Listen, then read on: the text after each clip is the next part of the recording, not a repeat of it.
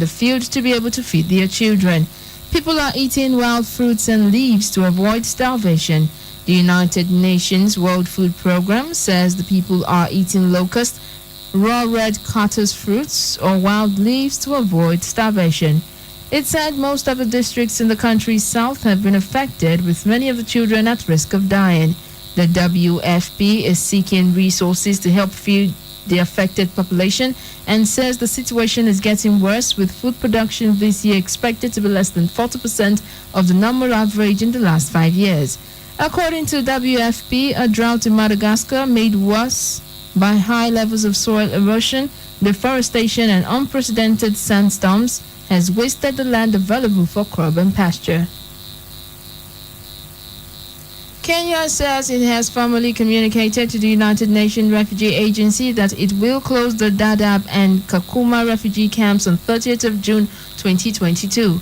Interior Minister Fred Matiang'i made the announcement after meeting the UN High Commissioner for Refugees Filippo Grandi on Thursday. Matiang'i said a team of officials from the government of Kenya and the UNHCR will fast-track the process set to begin on 5th of May 2022.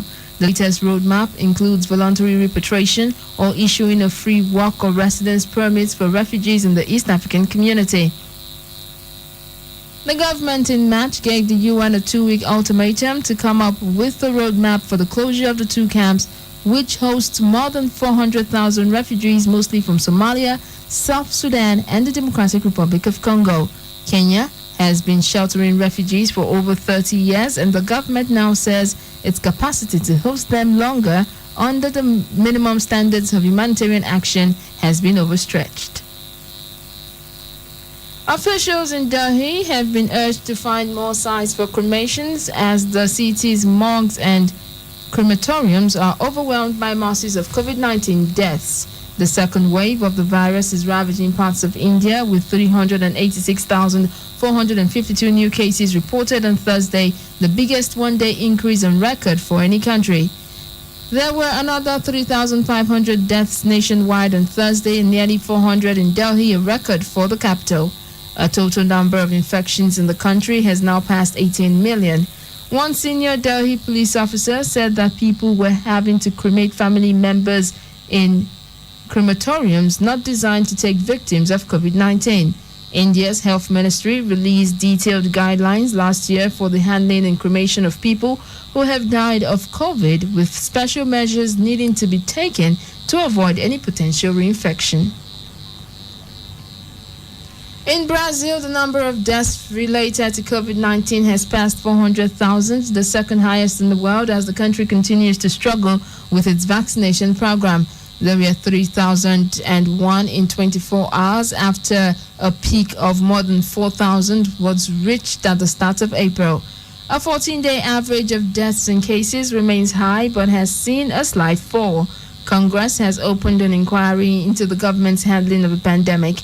President Jair Bolsonaro, who has frequently spoken out against lockdowns, masks, and defended unproved drugs as treatment, is facing widespread criticism, and his support has plummeted.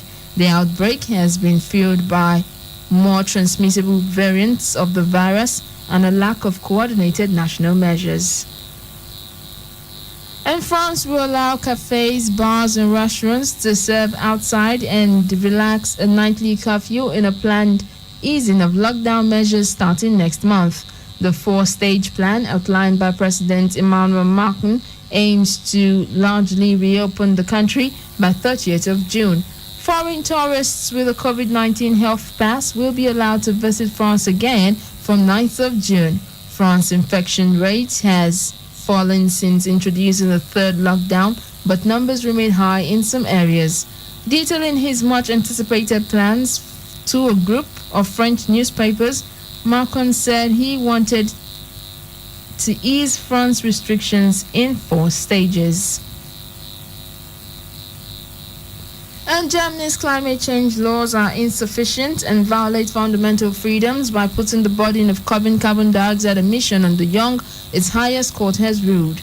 It says the law fails to give enough detail on cutting carbon dioxide emissions after current targets end in 2030. The government will now have to revise the law by the end of next year. The decision comes a week after the European Union unveiled ambitious new climate change targets. Under the law, which was agreed between member states and the European Parliament, the bloc will cut carbon emissions by at least 55% by 2030 compared to 1990s levels. Like the EU legislation, Germany's domestic climate change law provides for a 55% reduction in greenhouse gases by 2030. And at least 44 people have been killed in a crash as a crowded religious festival in the northeast of Israel. Dozens more were injured at the Lag Boma festival, which takes place annually at the foot of Mount Meron. Prime Minister Benjamin Netanyahu described it as a heavy disaster and has traveled to the scene. Tens of thousands of Orthodox Jews attended the festival, making it the largest event in Israel since the coronavirus pandemic began. Early reports suggested the structure at the site had collapsed, but emergency officials later said the crash had occurred on Thursday. Police sources report the crash had started after some attendees slipped on steps, which caused dozens more to fall. At least 150 people were injured, officials said, including 38 people who were in critical condition at the site. And that's KFM's news around the world. But before we go, a quick recap of the headlines.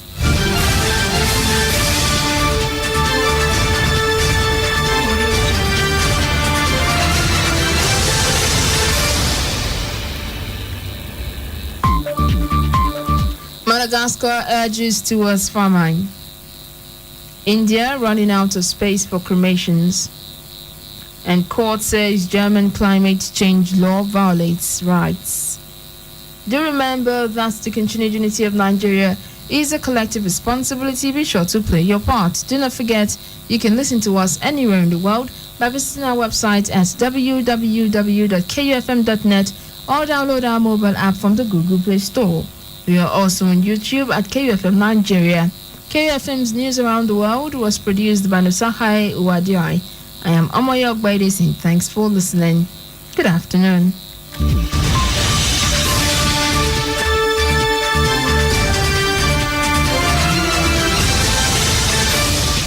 92.7 KUFM.